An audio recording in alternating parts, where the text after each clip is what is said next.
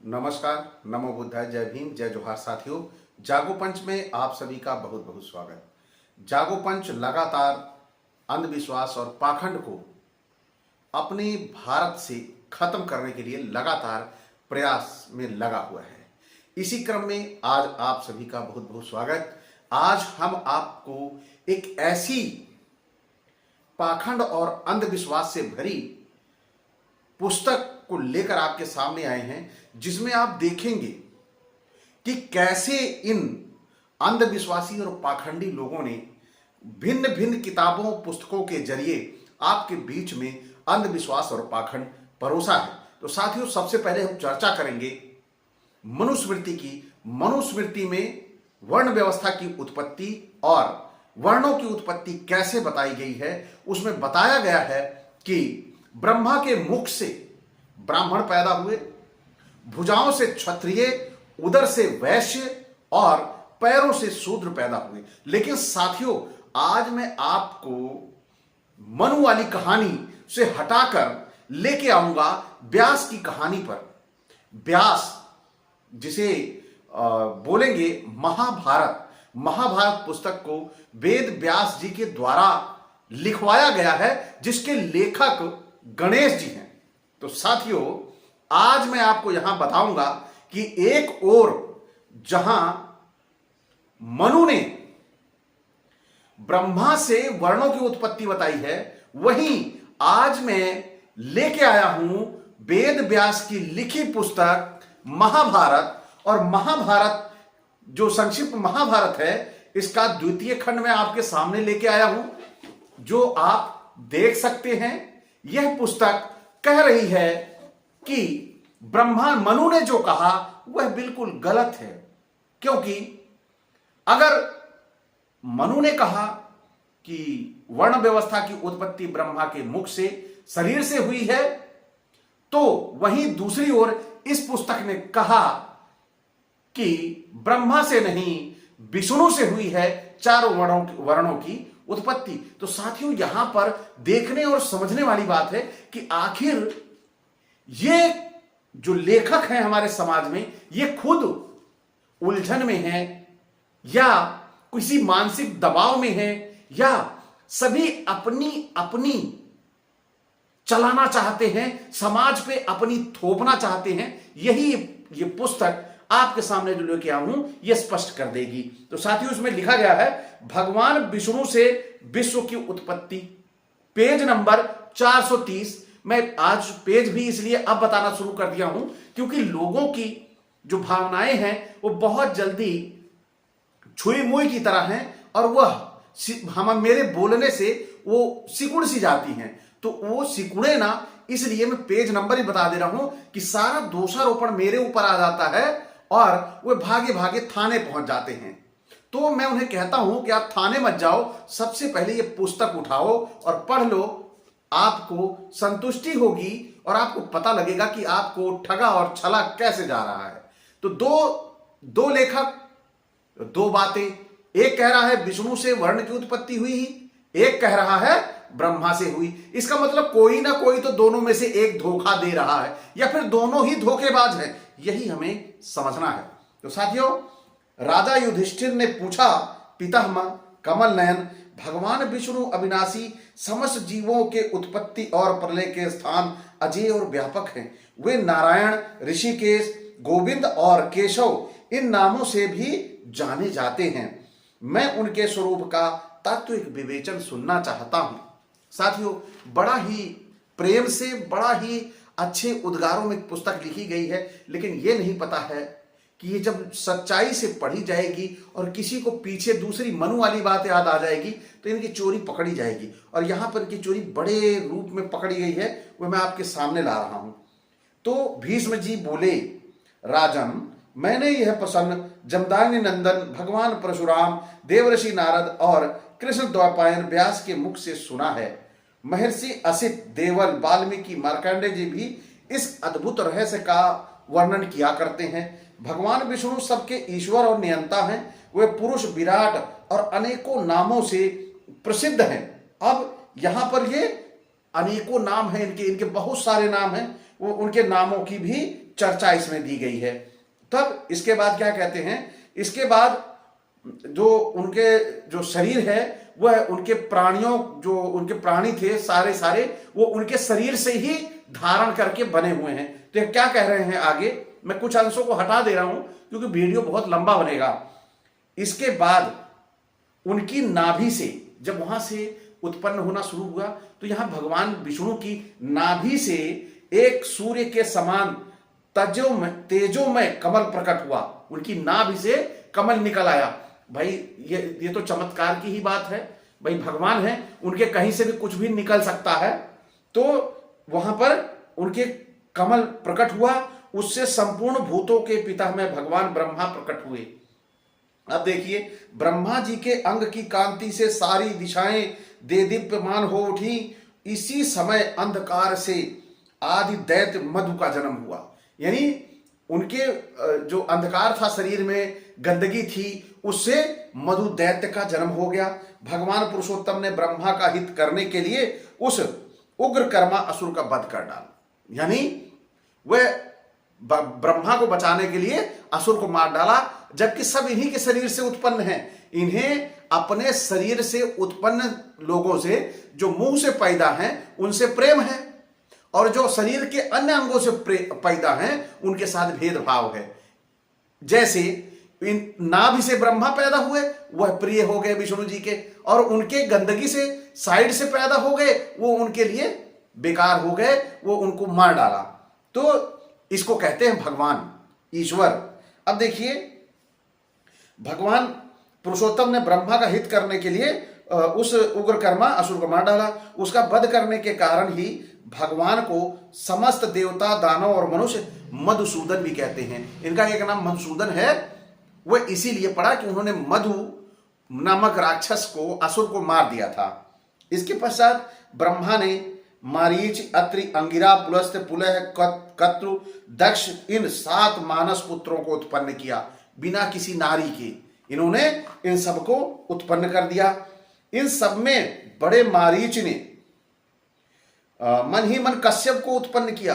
यानी जो इनके बड़े बेटे थे, उन्होंने मन ही मन, कोई शादी ब्याह नहीं, कुछ नहीं, मन ही मन सोच लिया और कश्यप ऋषि उत्पन्न हो गए। यही सारी बातें बड़ी सोचनीय हैं, विचारणीय हैं। आगे देखिए, महर्षि कश्यप बड़े ही तेजस्वी और ब्रह्मवेत्ताओं में श्रेष्ठ हैं। ब्रह्मा जी ने मारीच से भी बड़े दक्ष को अपने अंगूठे से उत्पन्न किया था। जो मारीच से बड़े दक्ष थे, उनको अपने अंगूठे से पैदा कर दिया। वो हाथ वाले की नीचे पैरों वाले, ये अभी तक स्पष्ट नहीं है, लेकिन उन्होंने पैदा किया अंगूठे से। फिर देखिए क्या कर रहे हैं, वह प्रजापति पद पर प्रतिष्ठित हुआ। प्रजापति दक्ष के पहले 13 कन्याएं हुई थी, उनमें दीति सबसे बड़ी थी। समस्त धर्मों को विशेष रूप से जानने वाले परम यशस्वी मारीच नंदन कश्यप इन सब कन्याओं के पति हुए। ये सारी जितनी कन्याएं थे उसके पति हुए। इसके बाद दक्ष ने, अब यहां पे बड़ी उलझन वाली बात है, दिव्य समस्त धर्मों को विशेष रूप से जानने वाले परम यशस्वी मारीच नंदन कश्यप इन सब कन्याओं के पति हुए। तो ये जो सारी कन्याएं थी प्रजापति की, 13 कन्याएं, तो ये सभी इनके चाचा की बेटियां थी, यानी कि सभी बहनें थी। आपस में बहनों से ही इन्होंने सबसे शादी कर ली। पहले कोई भेदभाव नहीं हुआ करता था। यह वैदिक युग जो सृष्टि का निर्माण था, तो उस समय लोग अपनी बहनों से, मौसियों से, इन सब से शायद ब्याह करते थे। यह पुस्तक बता रही है। इसके बाद दक्ष ने 10 कन्याएं और उत्पन्न की, यानी कम पड़ रही थी तो और उत्पन्न की, और उन्हें धर्म के साथ विवाह कर दिया। अभी धर्म कौन है? धर्म आदमी था। आज हम लोग धर्म चिल्लाते हैं, सनातन धर्म है, हिंदू धर्म है। पहले धर्म आदमी हुआ करते थे। अब ये देखिए, इन कन्याओं से धर्म के वसु, रुद्र, विश्वदेव, साध्य और मरुदगण ने जन्म लिया। प्रजापति दक्ष के इनसे छोटी 27 कन्याएं उत्पन्न हुई। उन सबके पति महाभाग चंद्रमा हुए। अब इसी तरह आप देखिए, सभी आपस में एक दूसरों से शादी करने लगे। तब अदिति से देवताओं में श्रेष्ठ महाबली आदित्य को जन्म हुआ। उन्हीं में विष्णु ने वामन रूप से जन्म लिया था। और उनके पराक्रम से देवताओं की श्रीवृद्धि हुई और दानव तथा दैत्य का पराभव हुआ। विप्रचिति आदि दानव दनु के पुत्र थे तथा दित्य से महाबली दैत्यों का जन्म हुआ। यहां पर देखने वाली बात है, इन्हीं ब्राह्मणों की बेटियों से दैत्यों की भी उत्पत्ति हुई, लेकिन अपनी ही बेटियों से जो दैत्य पैदा थे ये उन्हीं को मरवा डालते थे। ये यहां पर सोचने वाली बात है, जब ये अपने परिवार के लोगों से पैदा लोगों को मरवा देते थे तो ये कैसे ओबीसी एससी को बर्दाश्त करेंगे। यही सोचने वाली बात है। इस पुस्तक को पढ़ने का सबसे बड़ा मुख्य जो उद्देश्य है यही है। ये अपनों की बहन बेटियों में ब्याह कर लेते थे, अपनों ही बहन बेटियों को मरवा देते थे। ये मैं नहीं कह रहा हूं, ये महाभारत कह रही है। तो इस बात को हमें समझना होगा, सोचना होगा कि कैसे हमारे साथ ये जिसे बोलते हैं जो ऐतिहासिक ठगी हुई है, यही हमें समझना पड़ेगा। अब यहां पे क्या है, अब कैसे विष्णु से वर्णों की उत्पत्ति हुई यहां पर स्पष्ट हो जाएगा। फिर श्री भगवान ने दिन रात ऋतु पूर्वान अपरान आदि भेद से काल की व्यवस्था की तथा अपने संकल्प से ही मेघ स्थावर जंगम संपूर्ण पदार्थों सहित पृथ्वी को रच डाला।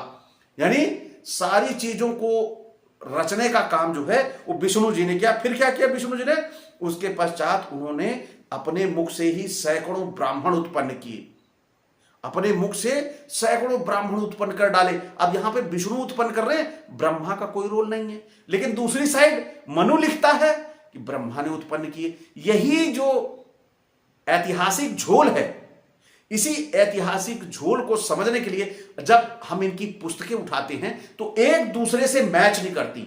इसका मतलब है कि जिसकी जो इच्छा आई अपना गपोड़ लिखता गया और लोगों को अंधविश्वास और पाखंड में डालता गया।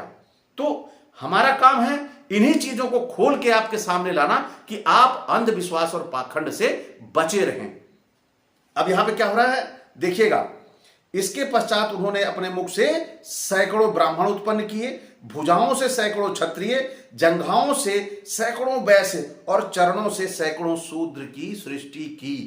देखिए इस प्रकार चारों वर्णों को उत्पन्न करके उन्होंने स्वयं ब्रह्मा जी को सबका अध्यक्ष बनाया। अब ये जो चार वर्ण उत्पन्न कर दिए, इसको इन सबका अध्यक्ष बना दिया, टीम लीडर भी नियुक्त कर दिया ब्रह्मा जी को कि अब तुम इनके अध्यक्ष हो, उनकी देखरेख करोगे। तो महातेजस्वी ब्रह्मा जी वेद विद्या के विधाता हुए। उन्होंने भूत और मातृगण के अध्यक्ष विरूपाक्ष पापियों को दंड देने वाले पितृराज यम, धनाध्यक्ष कुबेर और जलचरों के स्वामी वरुण को उत्पन्न किया। इन सब देवताओं के अध्यक्ष पद पर उन्होंने इंद्र को नियुक्त कर दिया। यानी जो नियुक्ति कर दी देख रेख करने की, अध्यक्ष उनको बनाया और इंद्र को नियुक्त कर दिया। अब यहां पे देखिएगा, यहां बड़ी मजेदार बात है कि यहां पर सोचने वाली बात है कि कैसे पहले किसी स्त्री की बच्चों की उत्पत्ति के लिए किसी भी स्त्री की जरूरत नहीं थी। यह भी इस महाभारत में लिखा हुआ है। देखिएगा, उस समय मनुष्यों को यमराज का भय नहीं था। वे दिनों दिनों तक चाहते समय तक ही जीवित रह सकते थे। मतलब जब तक चाहते थे तब तक जीवित रहते थे। और भाई कोई मरना चाहेगा? कोई नहीं चाहेगा।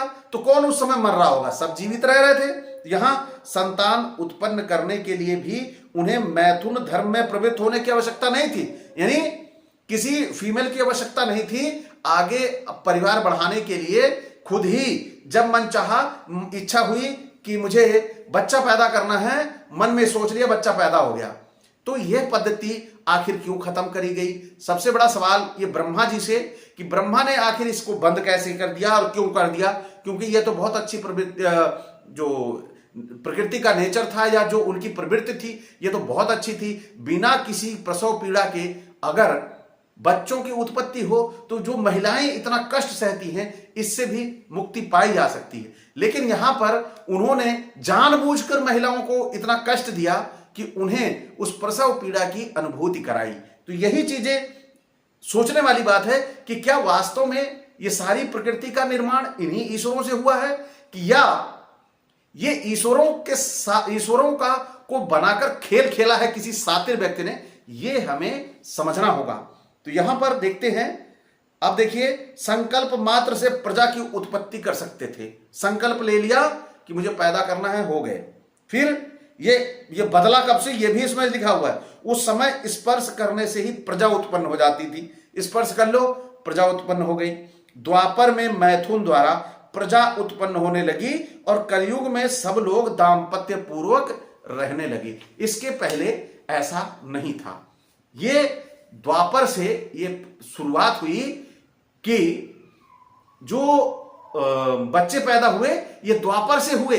ये जो लवकुश और जो बच्चे पीछे राम लक्ष्मण, ये सब तो आप जानते ही कैसे पैदा हुए थे। पहले जो जिसे हम बोलेंगे त्रेता युग, त्रेता युग में सब कुछ छूने मात्र से हो जाया करता था। द्वापर से शुरू हुआ शादी ब्याह। उसके पहले शादी ब्याह नहीं होता था, महिलाओं की जरूरत नहीं थी। सीता और जो अन्य रावण की भी स्त्रियां थी, यह सब पूरा काल्पनिक है। यह महाभारत कहती है, क्योंकि ये बता रहे हैं कि जो दाम्पत्य जीवन का रहन सहन शुरू हुआ वह द्वापर से हुआ। तो साथियों, ये जो मैं इतनी मशक्कत करके आपको वो बात बता रहा हूं, यही समझने वाली बात है।